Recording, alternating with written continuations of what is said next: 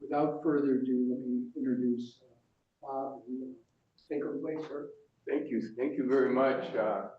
Pleasure to be here, and I love doing this kind of thing where I get to talk to decision makers who are thinking about what our future really needs to look at. The Climate Adaptation Center is going to have its 5th anniversary in February, and we'll be celebrating that at Michael's on the East with 2025 Climate Champions Awards. We give awards to people who live in our communities, who have made sustained contributions toward climate adaptation. And some of those people you know very well: Bill Waddell at the Bay, Jennifer Romanecki, who built Selby Garden's new climatized campus. There's more to go there, but thank God that happened last year, because we would have lost some very, very unique and rare archives that do not exist anywhere else on the planet. And because her work and her understanding of climate, she decided she was going to make some changes, and boy, did she make them, and it didn't take long. So to me, that was inspirational, and to our board, and so she was one of the people getting the Climate Champions Awards. And I don't know if you know Ed Childs, but he's received one for his work on cleaning up the Manatee River with the oyster beds, and Dave Tomasco, who is, helps keep our bay clean. And so these are really climate champions. And so we're going to have another big event, because I believe that the message that I deliver is not that happy. So we have to balance threat with our enthusiasm for the future, and people are seizing that. And if we can present information in the way that people can use it to make better decisions, that's what our goal is. I'm a climate scientist, meteorologist. I was lead forecaster for NOAA. I was the director of the National Center for Atmospheric Research in Boulder, Colorado, and a professor at 6 different universities during my career. So I've been in the field for a long time. I've worked for 5 presidents, and I work for Liz Upper. So, in all humility and humidity, one of the things that is so important is that we have not made the connection between what science knows and what society thinks we know. And it's holding us back in our decision making. And we're paying the price right now without even knowing that we had other choices that we could have made. And so this was a record year. We forecast that on April 4th at our hurricane conference, which is now a national event, where we forecast the number of hurricanes, major hurricanes and storms. And we said that this year would be probably a historic year here in Sarasota. Boy, was it. 3 hurricanes in 65 days. It's never happened before, all of them creating major catastrophic damage. And part of our issue is that we've had a foot of sea level rise right here in Sarasota since 1950. We've lost 25% of our buffer to sea level rise. And the storms now, with a 3-degree warmer atmosphere, hold about 14% more water, and the water itself is 5 degrees warmer than it was in 1950, and that's rocket fuel for hurricanes. So our hurricanes are more frequent, they're more severe, and they're hitting us more often. And so the bad news is it's not going to get better. The good news is we have some great choices we can make on how we design our future to lower the risk from these events that we know we're going to have. The Indian princess that used to protect Sarasota has now moved away. She's not coming back. I have it on good. She and I have a really long friendship. So anyway, I just wanted to say that I want to start this with a positive point of view, that we have good choices to make. But I will say this: we have about 5 years to make the choices, because then by that time, it's going to be in the can of whether we're going to just be another place or a special place. And it's up to this group and everyone who lives in our community to take this personally, because the top-down approach that I've been working on for 4 decades has not worked that well. And Einstein once said, if you do the same thing over and over again and you expect different results, then you're crazy. And I don't want to go down that way, so that's why we have the Climate Adaptation Center. It's the first one of 6 we plan to have across the nation. So it's all funded by donations. We take no government money. We do not want to be told what to think, what to do, and what the current leadership or lack of it decides we should say. So we're independent, and we give it loud and clear just the way it is, and it lands where it lands, and people do what they do with it. So how do I change? You got it. Okay. And thank you all who are online. One more promotion is that next Thursday and Friday at the University of South Florida, we have the Climate and Human Health Conference. We have 20 speakers from all over the United States, including 12 doctors, climate scientists, and community leaders. And it's meant for the public, and it's meant to help move our healthcare system to the place where it needs to be for the threats it's going to see in the next 50 years. This is like redesigning downtown Sarasota. Sarasota 2050 includes our healthcare delivery system, and that's what this conference is coming about. We have only about, I think, 3 dozen tickets left, but we have virtual tickets. You can watch it online if you want, and you can go to our website and participate in that, and I hope some of you will come. It's an amazing group that we're having. So in Sarasota, these are our top 5 climate issues, and number 1 is storms, of course, and number 2 is sea level rise, because they work hand in hand. And of course, our ocean chemistry, which is leading to our clean water or lack of it, our red tide or lack of it, and the medical problems that come with a water supply that's not always clean.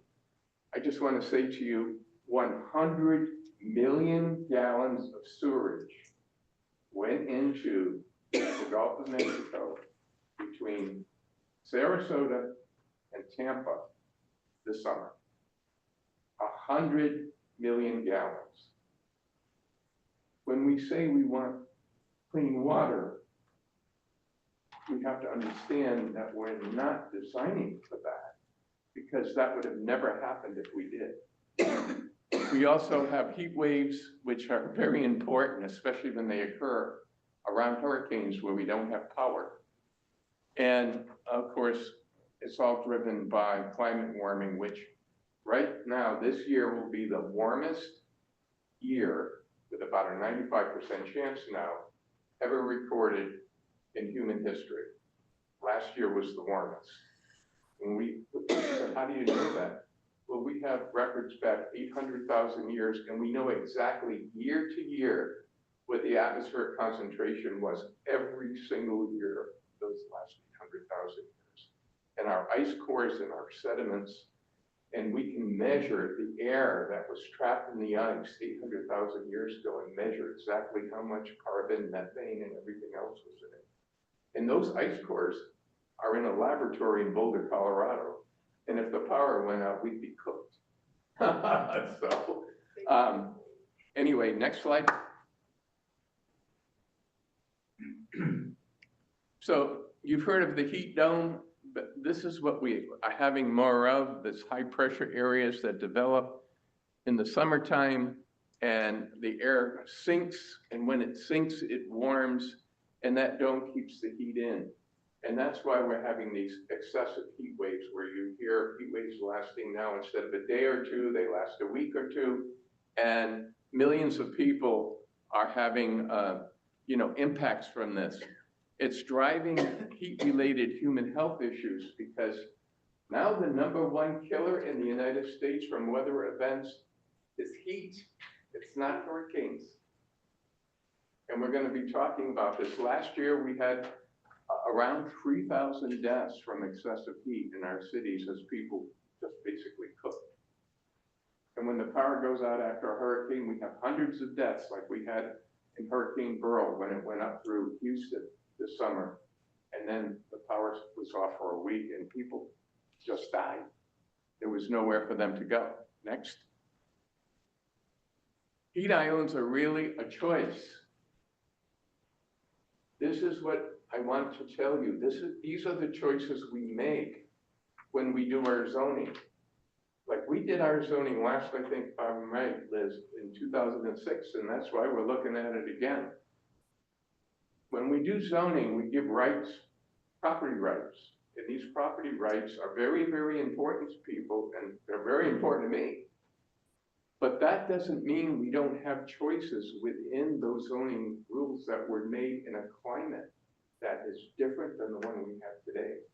Just because we made them in 2006 does not mean we don't have good choices that we can make, but we need new tools so that we can keep our corridors open and keep our city cooler in the summertime when we're having these natural heat waves. We don't need to build heat islands in a climate that's warmed as fast as the one we're in. And that means different public policy than we have. We can inform that public policy. We can't make it, but we want to inform it. So we don't want 5 to 10 degrees more warming from a heat island effect. In Dallas, Texas, they created a city that is very hot and people can barely live there, although they have a lot less humidity than we do, because of the way they did their zoning and that all this concrete is taking in the solar radiation and it's stored in the buildings and then it radiates at night and there's no relief for the population there. And we're doing this over and over again in light of the fact that we know how not to do it. But we choose just to do the same old thing we've always done. Next. So here's our beautiful city. And I honestly think we have one of the most spectacular places in the world to live. And I mean, seriously, I live here because I love it, right? I could live anywhere. And I do have a place in Colorado, which I also love. But this is really special, what we have here. But the zoning and land use that we engage in the next 5 or 10 years is going to tell the story. We're either going to make this a livable city or it will get less livable every year. And that's a choice we're going to make. Next. So this is really amazing. We have in Sarasota since 1970, 54 more risky heat days than we had. Think of that. That's almost 2 months more of really hot heat, 540% more than we had, when our memory of kids, we don't necessarily remember how much cooler it was. But these are measurements made right here in Sarasota. Next.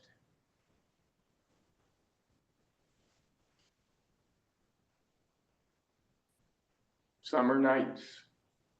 Since 1970 are 6 degrees warmer than they were. That's huge. On average, 6 degrees at night. So instead of getting down to 72, it gets down to 78. 72 and 78 are really, really different when the humidity is 70%. And this is a product of our climate warming, but more and more, the heat island effect is creeping into this. And the rate of change is pretty steep. There's no reason for this to get cooler. It's going to get hotter, and we know that. So next. So if we combine hot summer days and nights, and what I mean by that is nights where the temperature does not get below 80 degrees. It's moved up from 3 to 8, so it's almost tripled, and it's rising every year. Next. So what can we do? Trees turn out to be easy, cheap, and effective. Doesn't cost millions and millions of dollars to do this. So say the power of trees. It removes, this is for Sarasota. 10 million tons of carbon are removed by trees. 8,000 gallons of storm runoff are avoided per tree, per mature tree. 147 million pounds of CO2 are absorbed by our trees in Sarasota every year. The more trees we plant, and I mean mature trees, not twigs that take 25 years to grow, because they don't do anything, the more we're going to help ourselves with our carbon recycling. And if every community did this all over the world, we could slow climate warming, right? It's on a runaway freight train right now. So next. When we have 40% tree coverage on a street, it cuts the temperature down about 25 degrees under that canopy, over the ambient temperature. We don't have to have one tree, then another. 40% along a boulevard of canopy trees will cut the temperature on an afternoon summer day by 25 degrees. So you talk about building a livable city, that's what you want. It can be 95 degrees outside and people can walk up and down the streets and they're fine. You plant palm trees along every street, they cook. And we're cooking ourselves. I love palm trees, right? I don't want to give up palm trees, but they're not going to give a shade and they don't sequester carbon. One Florida oak sequesters over 1,000 pounds of carbon in its lifetime. Palm tree 50. That's a fact. So you can see how the CO2 equivalents change. And so when we plant trees, we should know this. Select trees that grow well in Florida and do the job of filtering water, mitigating storm runoff, sequestering carbon, and providing a cooler environment for people who live here. So this is well known and it's in the literature. Is it being considered when we design our new developments? Not really. Next. So certainly trees improve the urban quality of life. They're natural air conditioners. They reduce temperature and they lower air conditioning costs of surrounding buildings by 20 to 30%. So it's just amazing that we have these tools and we're not using them. When we love trees, everybody says they do, but we don't really think about when we're designing. What should we do? This should be one of the first things we think of, not the last thing. Next. So a small tree, that's 1 or 2, doesn't do much in sequestering carbon, but as they get bigger, they do. That's the curve. So the main thing is plant the right trees, don't plant twigs, buy some good sized trees and put them in, and that's what we want to do, especially in our city. Okay, next. So breezeways are really important. This is where zoning comes in. We're very, very fortunate in Sarasota that every afternoon we have a sea breeze because we have a Gulf of Mexico that is relatively cool compared to the afternoon land. And that means the winds blow from the ocean, water, into downtown. But yet, our zoning for 18-story buildings is aligned to block that sea breeze.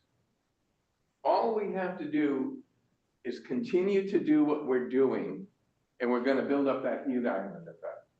That's why what we need to do is a property owner who has the rights to build an 18-story building needs to be told, hey, you have an alternative. You can build a 4-story building here and we'll give you 12 stories somewhere else. You trade and that will help us cool our city and allow people to live here all summer. These are things we can do. We should not, in my opinion, keep growing the exceptions in a 10-story building area to allow 18-story buildings for whatever reason. We know at the end of the day, it's about money. How much money will the developer make on that piece of property? I don't blame them for one. But not at the expense of the people who are gonna live here and have to deal with the heat island effect that is being created, whether it's purposeful or not. So, direct airflow is important. We have to reduce the ability of these buildings to accumulate heat, and we have to enhance the evapotranspiration, which we get when we have trees and when we lower the surface temperatures. This is how you design a city in the era of climate warming.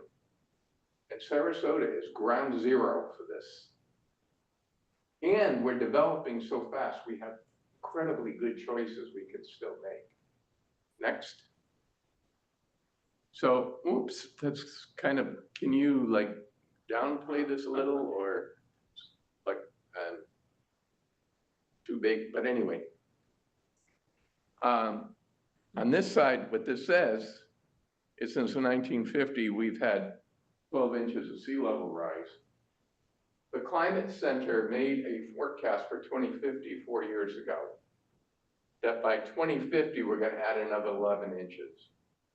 So the sea level, the ground on Siesta Key that used to be 5 feet above sea level, by 2050, will only be 3 feet above sea level. That means every storm we get will create flooding. It won't have to be a hurricane. Knowing that, do we want people to rebuild the same old thing because that's what they want to do? They may not know this. One of our climate and human health topics next week is all the people who are suffering out on the Keys now. Naturally, they want to get their life back as soon as possible, but they have an opportunity to do it different.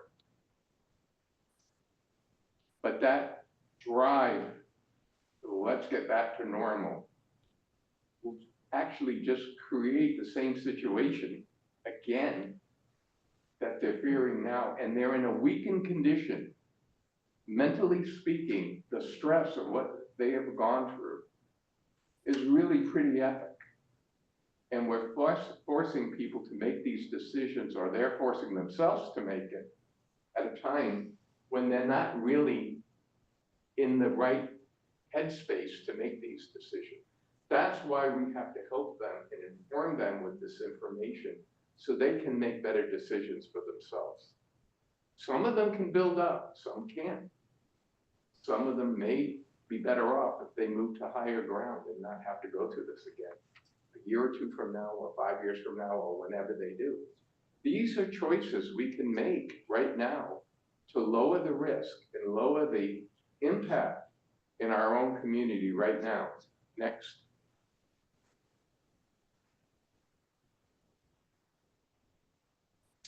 Well, for some reason, this is, can you minimize this a little? The TV that's not showing, it's showing on the other users are seeing the full screen. The TV is not displaying. It looks like it's just sized, whatever the, I don't know if you can like, oh, that's better. There you go. Okay, so This is really, really, really, really, really important. So right now we have a shoreline on Sarasota Bay. The good news is those barrier islands that are getting beat up are protecting us. That's what nature designed them to do.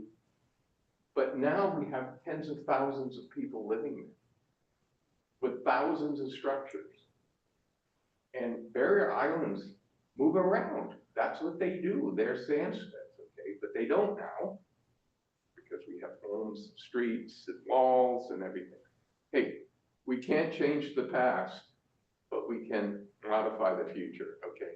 So Sarasota Bay is now receiving storm surges that it never did before. We're seeing them more and more often. In 1 year, in the last 12 months, St. Armand's has flooded 5 times. Not once, not twice, not 3 times, 5 times. 4 of them were hurricanes that were, most of those storms, except for one, were well off the coast. I don't know what they're thinking. Do they think that this is going to be different? That this is somehow a fluke? It's not. So if we care about our tax base,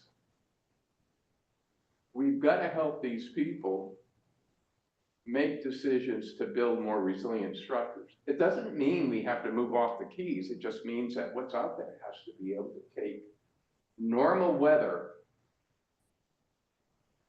which is becoming, these storms are becoming normal for us now. They're not 100-year storms or 1,000-year storms. They're really becoming the way it is in a climate-warmed world. So soft shorelines are really, really important along Sarasota Bay, that we don't build any more walls, that we don't have riprap along the shoreline. We need soft shorelines that can absorb the surges when we get them. We can't have buildings right up against the shore, because when the wave action comes in and hits those buildings, it reflects that energy to the north and south of that wall, and it digs out the shoreline to the north and the south. And that's just conservation of energy in physics. So we know this. So when we make our designs now, we have to make sure they're resilient. When we build a sidewalk like this outside, we need porous material, not concrete, so the water can percolate through and be filtered, and we don't have stormwater issues from runoff. These are all things that we should do. We just built a new park downtown in the Rosemary District. It's the cutest thing you've ever seen. But they missed the opportunity. They put down tiles that water can't penetrate. So what does that do? It runs off into our storm sewer system. That park was just built this year. We could have done it different. It would have looked just as pretty and it would have been more functional.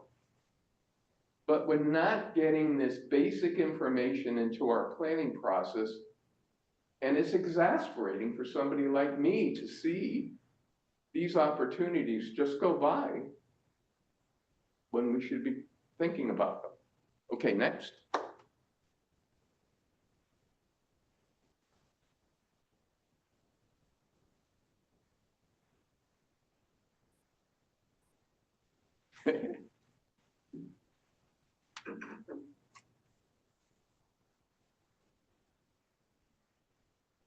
I tell you what, I spent years on live TV, and this happened all the time. Okay, so now, this is St. Petersburg, which is really Port Manatee, and this is our closest gauge station, and you know, we averaged less than 1 flooding day a year back here in 1950, and you can see how it's gone up year after year. It's going to continue to go up because the sea level rise is going up and the storms are getting worse. So the trend is right there. The data is significant. It's 4 times what it used to be. Okay, next. This is St. Armand Circle.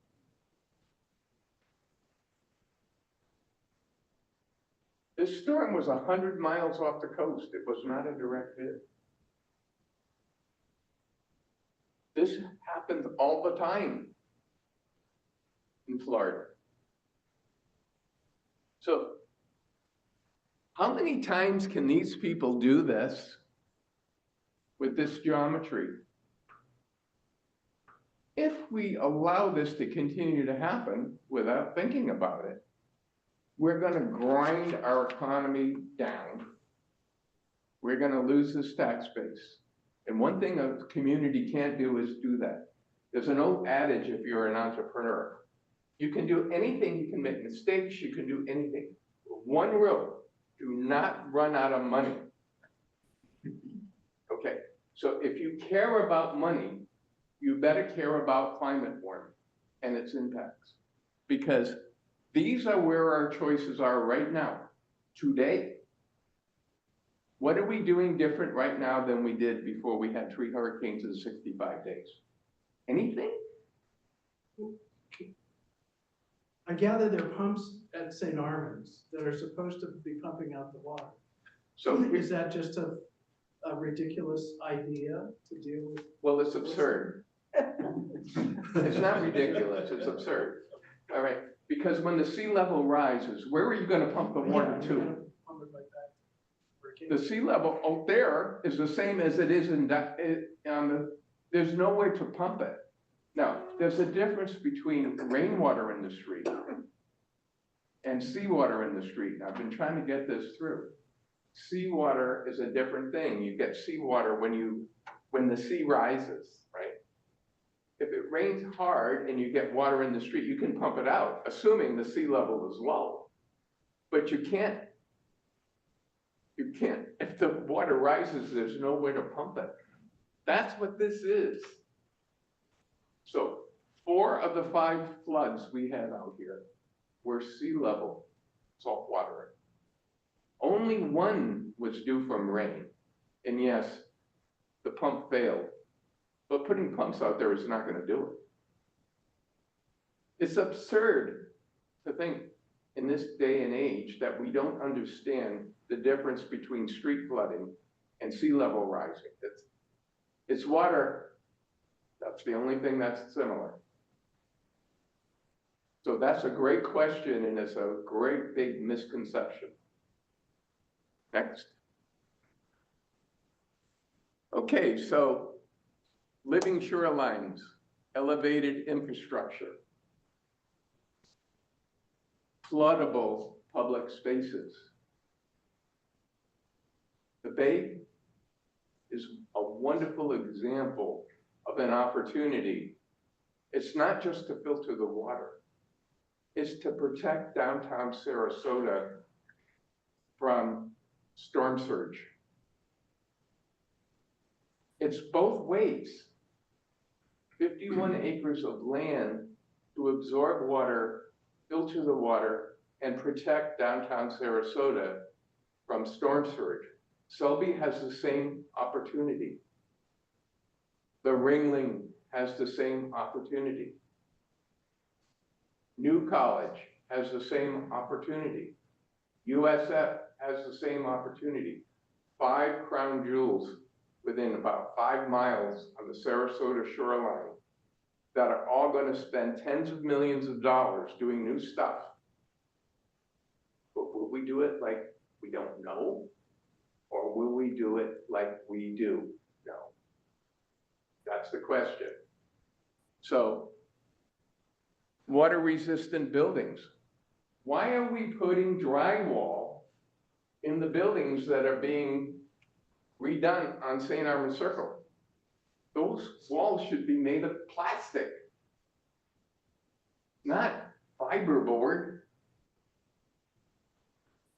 We know how to build infrastructure that is waterproof. Why don't we do it? We know the water's coming.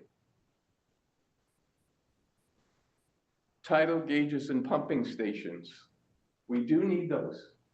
We need to measure what's going on around here, not just react to it. And accessible waterfronts. So these are really key parts of designing Sarasota 2050.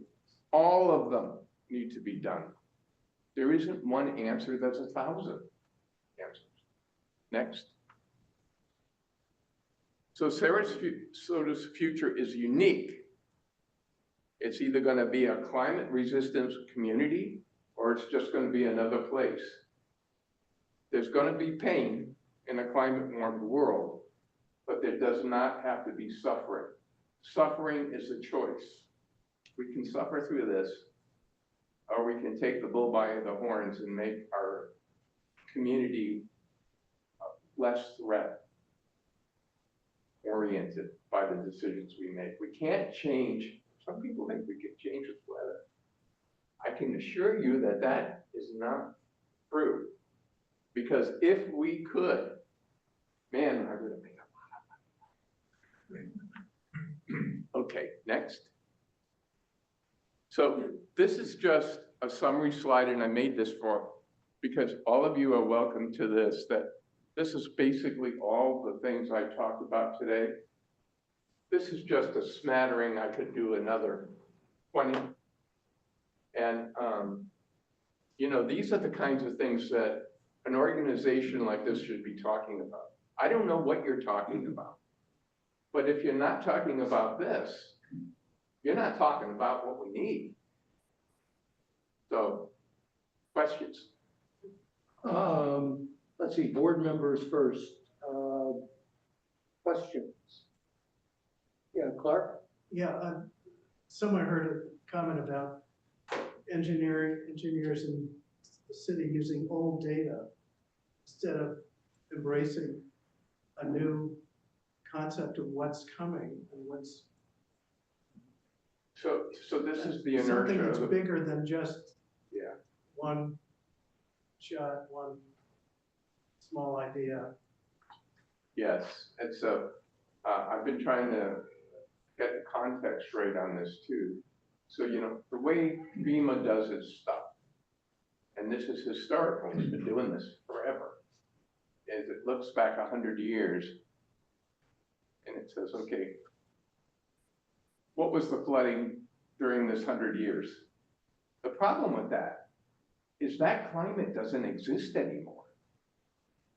So when we use the 100-year floodplain to plan the future, we're planning for the climate of the past, not the climate of the future. I've been trying to get this into people. The engineers, like, they know the formula, but they're not thinking about how the formula is made up. I would say that if you use data that's more than 20 years old, forget it. The climate changed around 1995. It was dramatic. Since then, we've had double the hurricanes we had then. In the last 8 years, we've had 10 major hurricanes strike the Gulf Coast. In the 1900s, it took 50 years for that to happen. So that's just a fact. If we're not designing for the future, what are we designing for? We're going to spend the money anyway. We might as well do it right. Is there any indication that FEMA is going to do that? I would say no. I would say we just spent $1 trillion on a thing called Inflation Reduction Act, and that did not get done. That was probably the single most important thing that could be done, because every building, every city is designed to those specifications, and everybody knows it's outdated. Okay, we're starting to have a time issue, I'm afraid. Other questions on the board? Nobody? Bob? We obviously lost an awful lot of trees just across the street in Pioneer Park. We lost Everywhere. We lost, you know, probably 30, 40 trees of big substantial trees. How do we go about, like you said, you can't plant a twig. You need to plant something of substantial. Yeah. Obviously, substantial requires a budget, which I'm sure our mayor knows about. And, you know, what do we do to try and replace those trees as fast as possible? And obviously it's not here. The other issue kind of associated with that is how do you plant a substantial tree in a 5-foot right of way? Yeah, well, I think, you know, there's a lot of issues around this, but let me just give you a context, because I don't really know all the answers, but I can just give you the context. In the last 5 years, the tax base has increased 80%. How much more money are we spending on resilience and mitigation and adaptation than we did before? Where is it going? I'm not saying it's going evaporating, but these are choices. We have the money, we're spending it on different priorities. It's just not a priority. So how do you plant a tree? I mean, you go to a nursery and you get a truck and you move it and you put it in the ground. That's how you do it. That needs to be part of our overall plan to recover from the storms, is to try and replace that. Patrick loves the fact that we have a park bench over here that doesn't have a tree over it, so it's hot to sit there. Yeah. Well, we used to have trees there. Well, it's a good example of how all climate comes down to the local level. All the decisions we need to make that are going to improve our life right here in our backyard, and it's up to us to do it. It's not up to the government or DeSantis or anybody else to do it. It's up to us to do it. And we keep talking about them instead of us. You know, it's so frustrating. The last thing I want to just say on this is if we decide to really do this, there is no place I've ever lived that has the talent that we have right here in this community. All we need to do is decide. I say, let's get on with it. If we can't figure out how to plant 20 trees, we're not going to win the war here. Okay, I'm Mayor, and I'm afraid we got a big time problem. I'm not Mayor, please. not gonna take too long. I just Okay, wanted to say. Yeah, go ahead. This is like so timely because I'm planning my State of the City address for Friday. Okay, and decided to talk about where we were, sort of what we've been doing, where we are with the hurricane, and where we're going. And where I was going with where we're going is we have to think about resiliency and everything we do. So I'm going to get with you tomorrow if we could and just You bet. so to see what I can put in, because I think it's crucial. Bob, we would love to ask, we're just desperately out of time. In closing, I just want to say I have offered a 2-hour course to every commissioner in every city to sit down with me and just hear a few things about climate, because once they know, it's hard to ignore it. But if you don't know what you don't know, you don't know. I'm done. Thank you. Okay, thank you so much.